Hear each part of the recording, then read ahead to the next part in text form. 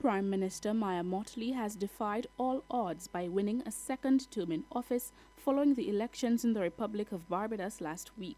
St. Lucia's Prime Minister Honorable Philip J. Pierre has since congratulated Mottley on her landslide victory.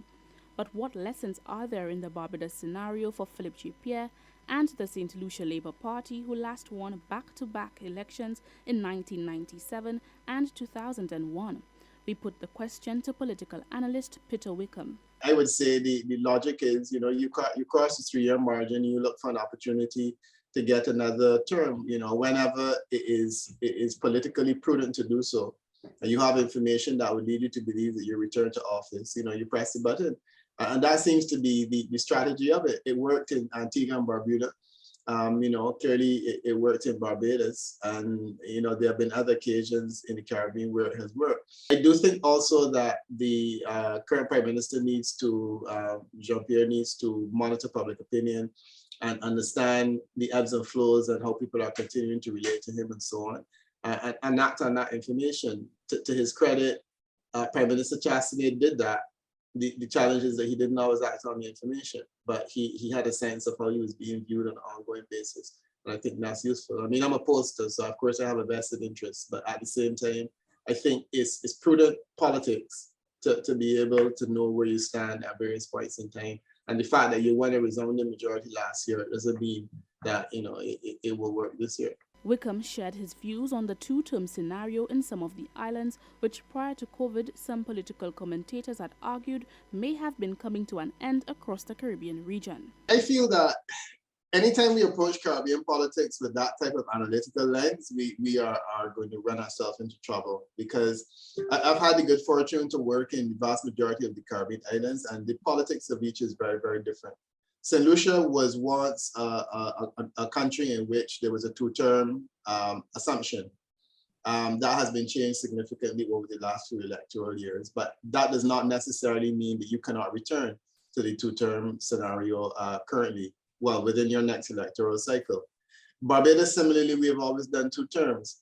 The thing is that a country like the Bahamas has been doing one term, for a while. So I think in different Caribbean countries, if an analyst says, okay, this is what is happening in the region and that we can expect one-term governments in the region, I think that you make a fundamental error. Wickham also discussed the low voter turnout being witnessed across the region in recent times.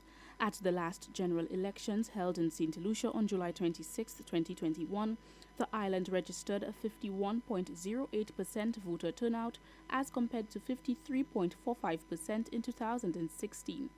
In 1974, St. Lucia registered the highest pre-independence voter turnout of 84.38%. The International Political Science Association states that for more than half a century, there have been two parallel realities. On the one hand, after the Second World War, an increasing number of countries gained independence and inherited or embraced democracy thereafter, and on the other hand, older democracies were experiencing declining voter turnout. There is also the new dynamic, COVID. Countries that have held elections during the pandemic have seen even further declines in voter turnout. Wickham was asked about the perceived voter apathy across the region and the impact on democracy. I've been calling for support to do a study, either nationally or regionally, for a long time to look at this whole question of voter apathy. Basically, the crude assumption is that because you have a 40% turnout, voters are apathetic. And I always make the point that there is no reason to assume that because only 40% of persons vote, that it is apathy. There are several things that can demobilize voters or that take away the inspiration to vote. And the question is, what are these reasons? And we've never really done a proper, rigorous scientific investigation into the reasons why people don't vote. To start with, a number of people who are on the voters list can't vote because they're dead. In Barbados, we have people on the voters list that should be 120 years old, but they're only there simply because we don't have the physical capacity to tidy up the list and keep it tidy in that way. Issues with transfers, people who are, for example, living in one end of the island and their name appears on the voters list in another end, and they're saying, you know what, I can't really get myself all the way down there to vote, so I just won't bother. Or for example, people who see not voting as their right of expression of disgust in the alternative. So if you are a UWP supporter and you don't like what the UWP has on offer, do you not have the right to stay away? It doesn't mean that you're apathetic.